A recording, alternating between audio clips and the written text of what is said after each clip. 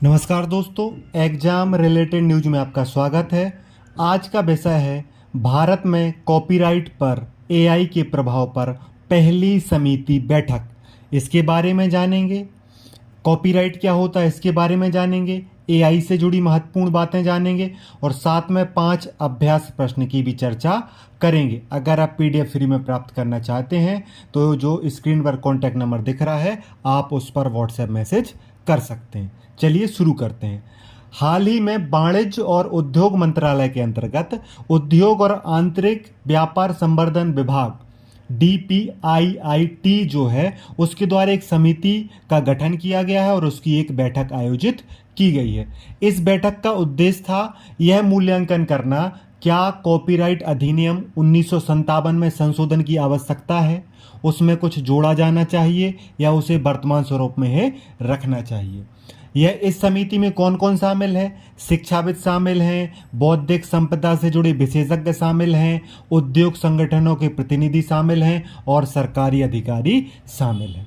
ये समिति अगले 3 महीने में 10 बैठक करेगी और इस समिति का उद्देश्य है कि अगस्त 2025 तक एक वर्किंग पेपर को रिलीज किया जाए जिसमें यह बताया जाए कि एआई के संबंध में कॉपीराइट कानून को लेकर क्या क्या शामिल किया जाना चाहिए। अब इसकी जरूरत क्यों पड़ी? देखो, इस समिति की गठन की जरूरत इसलिए पड़ी क्योंकि एक केस चल रहा है दिल्ली हाई कोर्ट में। ओपन एआई बनाम ANI का एक केस चल रहा है। कहां चल रहा है? दिल्ली हाई कोर्ट में चल रहा है। किसको लेकर चल रहा है? कॉपीराइट उल्लंघन के आरोप को लेकर चल रहा है। इस वजह से इस समिति का गठन किया गया और यह समिति प्रभाव की जांच करेगी और ये बताएगी कि कॉपीराइट के जो नियम है उनको कैसे आगे भविष्य में तय किया जाना चाहिए। अब हम जान लेते हैं कॉपीराइट क्या है। देखो, कॉपीराइट की डेफिनेशन है कॉपीराइट एक वैधानिक अधिकार है जो लेखक, कलाकार, संगीतकार आदि को उनकी मूल रचना के उपयोग, फिर से पुनरुत्पादन और वितरण को नियंत्रित करने की आजादी देता है। अब कॉपीराइट से जुड़ा भारत में एक अधिनियम है, कॉपीराइट अधिनियम 1957, जो समय समय पर संशोधित भी होता रहा। अगर हम कॉपीराइट अधिकारों की अवधि की बात करें तो ये रचनाकार की मृत्यु के 60 वर्षों तक प्रभावी रहता है। ये चीज आप स्क्रीन पर देख रहे हैं। अब देखो, कॉपीराइट का उल्लंघन कब होता है?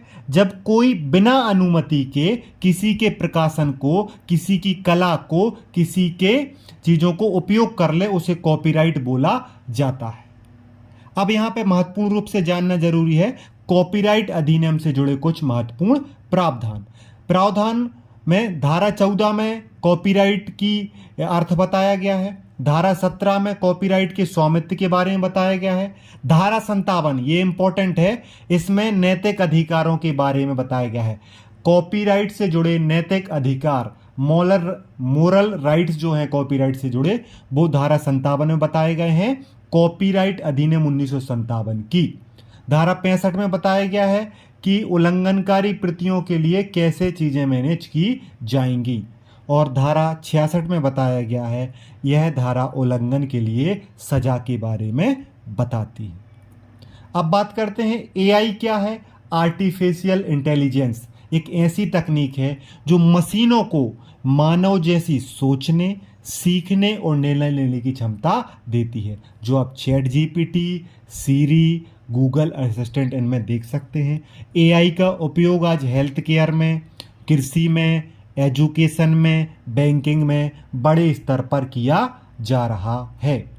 एआई का प्रभाव पड़ता है इंटेलेक्चुअल राइट्स पर, क्योंकि एआई जो है वो खुद लिख रहा है, संगीत बना रहा है। अब इसमें प्रश्न उठ रहा है कि एआई ने जो लिखा है वो मानव ने लिखा है कि मशीन ने लिखा है, इस पे कॉपीराइट कैसे मैनेज किया जाए, इसी का जो है सवाल उठ रहा है। और एआई में पारदर्शिता और रिस्पॉन्सिबिलिटी, उत्तरदायित्व भी स्पष्ट रूप से तय नहीं हो पाता है। मान लो किसी ने फर्जी वीडियो बना दिया, डीपफेक बना दिया, गलत उपयोग कर लिया तकनीक का, तो वो किसकी रिस्पॉन्सिबिलिटी है? एआई को तो आप रिस्पॉन्सिबिलिटी दे नहीं सकते, मशीन को आप तो रिस्पॉन्सिबिलिटी दे नहीं सकते, क्या व्यक्ति को देंगे? यही चर्चा का विषय है। ये मुद्दे उठते रहेंगे क्योंकि एआई अभी डेवलपिंग फेज में है। अब आपके सामने है अभ्यास प्रश्न। अगर आपको इनके आंसर चाहिए हैं तो आप कॉन्टैक्ट पर जो नंबर दिया है उस पर व्हाट्सएप मैसेज कर दें तो आपको आंसर की भेज दी जाएगी। और अगर आपने वीडियो सही से देखा होगा शुरू से लेकर अब तक तो ये क्वेश्चन आपसे बन जाएंगे। पहला क्वेश्चन है, कृत्रिम बुद्धिमत्ता एआई और कॉपीराइट के संबंध में निम्नलिखित कथनों में से कौन सा कथन सही है? ऑप्शन ए, एआई द्वारा रचित सभी कार्यों का कॉपीराइट स्वतः सरकार को प्राप्त होता है। ऑप्शन बी, एआई से निर्मित सामग्री वर्तमान में भारत में कोई कॉपीराइट प्रावधान नहीं है। ऑप्शन सी, एआई मॉडल को प्रशिक्षित करने हेतु कोई भी डेटा बिना अनुमति के उपयोग किया जा सकता है। ऑप्शन डी, एआई को कानूनी व्यक्तिगत का दर्जा प्राप्त है। अगला क्वेश्चन नंबर 2, कॉपीराइट अधिनियम 1957 की कौन सी धारा नैतिक अधिकार से संबंधित है? धारा 14, धारा 17, धारा 57, धारा 66। जो जवाब आपका है कमेंट करके बताएं। क्वेश्चन नंबर 3, कॉपीराइट अधिनियम 1957 के अंतर्गत साहित्यिक रचनाओं पर कॉपीराइट की अवधि क्या होती है?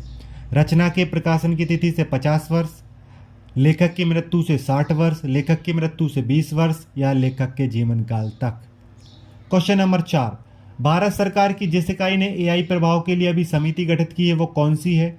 इलेक्ट्रॉनिक और सूचना प्रौद्योगिकी मंत्रालय, विधि मंत्रालय, उद्योग और आंतरिक व्यापार संवर्धन विभाग या मानव संसाधन विकास मंत्रालय। क्वेश्चन 5, ओपन एआई बनाम एएनआई का प्रकरण किस प्रमुख कानून मुद्दे से संबंधित है? डेटा गोपनीयता उल्लंघन, साइबर अपराध, कॉपीराइट उल्लंघन या ट्रेडमार्क विवाद। धन्यवाद वीडियो देखने के लिए।